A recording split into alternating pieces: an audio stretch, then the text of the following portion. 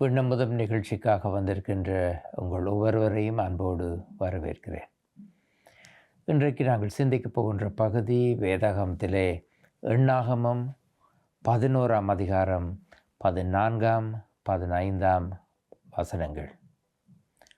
இந்த வசனங்களை சொன்னவர் மோசே. இந்த ஜனங்கள் எல்லாரையும் நான் ஒருவனாய் தாங்கக்கூடாது, எனக்கு இது மிஞ்சின பாரமாய் இருக்கிறது.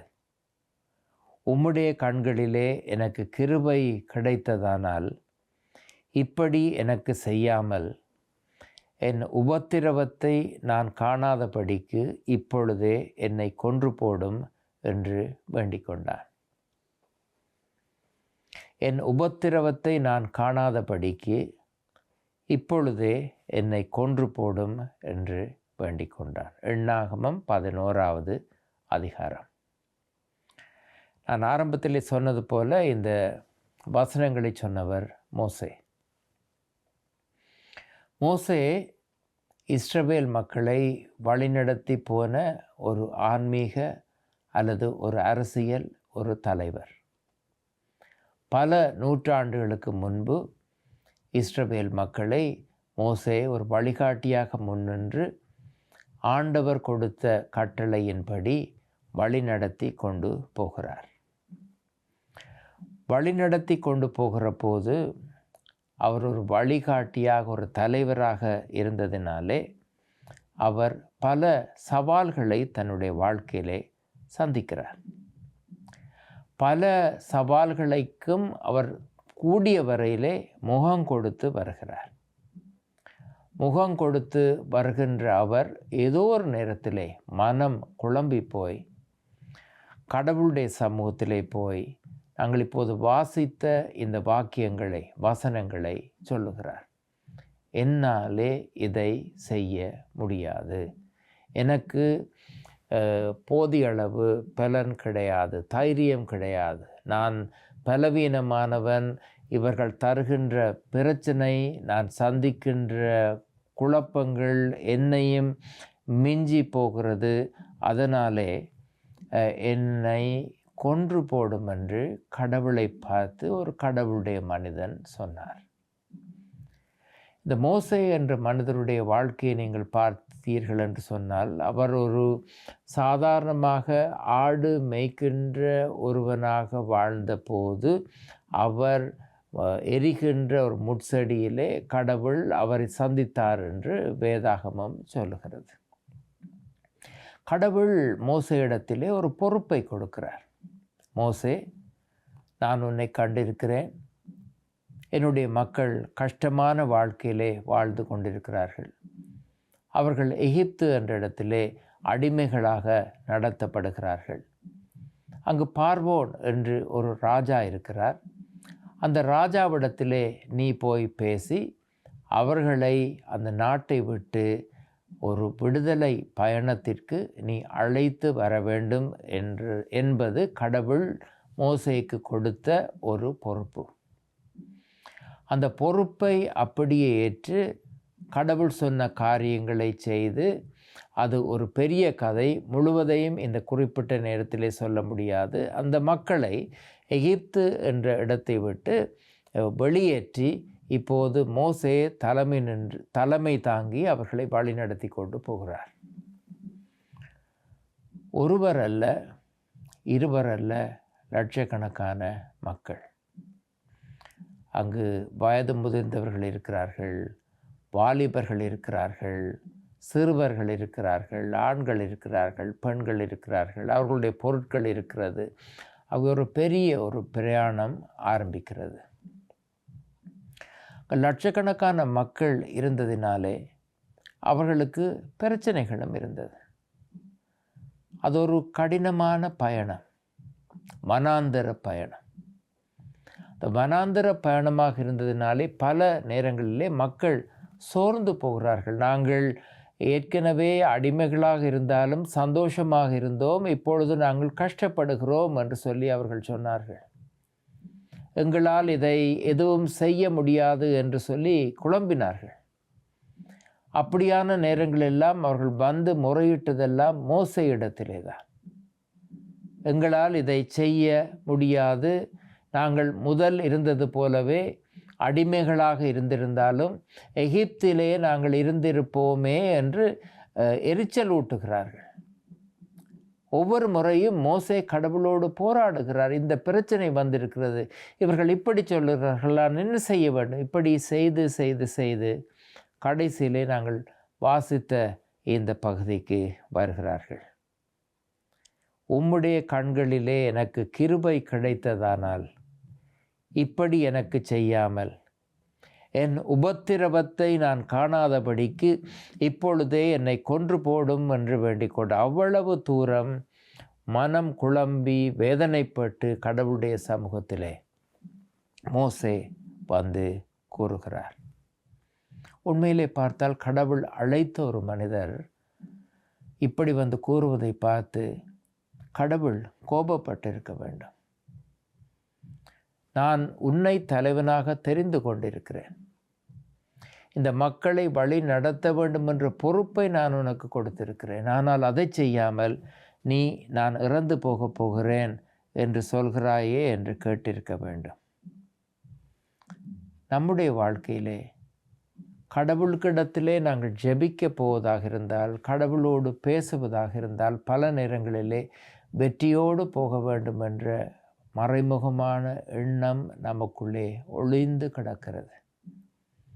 நாங்கள் தோற்று போகின்ற நேரங்களிலே கடவுளை பார்த்து, கடவுளை ஏன் இப்படி எனக்கு செய்தீர் என்ற கேள்வியோடு, கடவுளே என்னுடைய வாழ்க்கையில் இப்படி நடந்ததை என்னால் ஏற்றுக்கொள்ள முடியவில்லை என்ற போராட்டத்தோடு, ஏன் நான் இப்படி வாழ்ந்து கொண்டிருக்கிறேன், எனக்கு தெரிந்த ஒருவர் நன்றாக இருக்கிறார், ஏன் எனக்கு இந்த கஷ்டம் என்ற ஒரு ஒரு ஒரு தோல்வியோடு கடவுளுடைய சமூகத்திலே போகின்ற போதெல்லாம் நான் நினைக்கிறேன், இப்படியெல்லாம் கடவுளத்திலே போக முடியாது, நான் போவதாக இருந்தால் கடவுளை நம்பிக்கை இழந்தவனைப் போல அல்லவா நான் போகிறேன், என்னிடத்தில் இருக்கின்ற கேள்விகளை கடவுளுடைய சமூகத்தில் எப்படி நான் சொல்வது, அப்படி கேட்டால் நான் விசுவாசத்திலே குறைந்து போன மனிதன் என்றல்லவா கடவுள் நினைப்பார் என்றெல்லாம் எங்களுடைய மனதிலே எண்ணத்திலே கேள்விகள் வினாக்கள் வருகின்றது.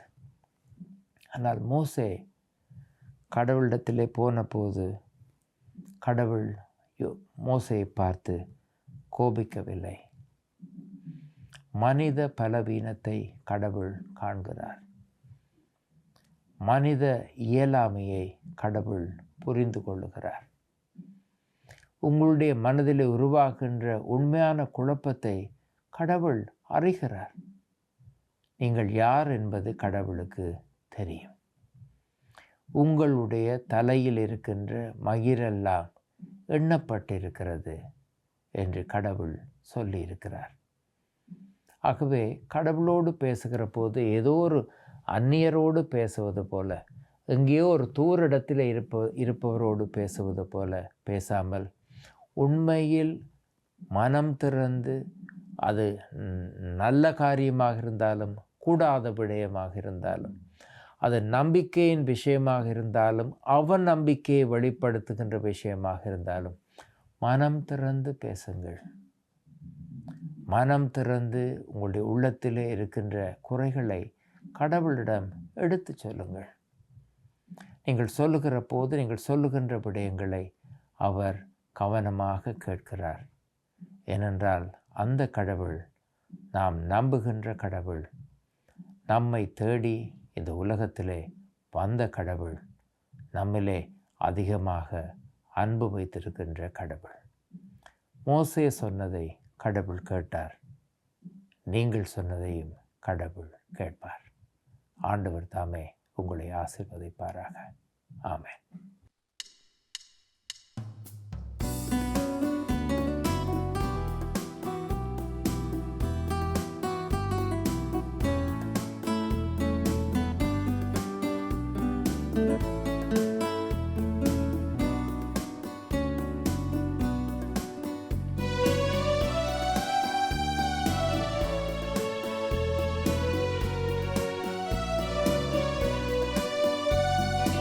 இதயம்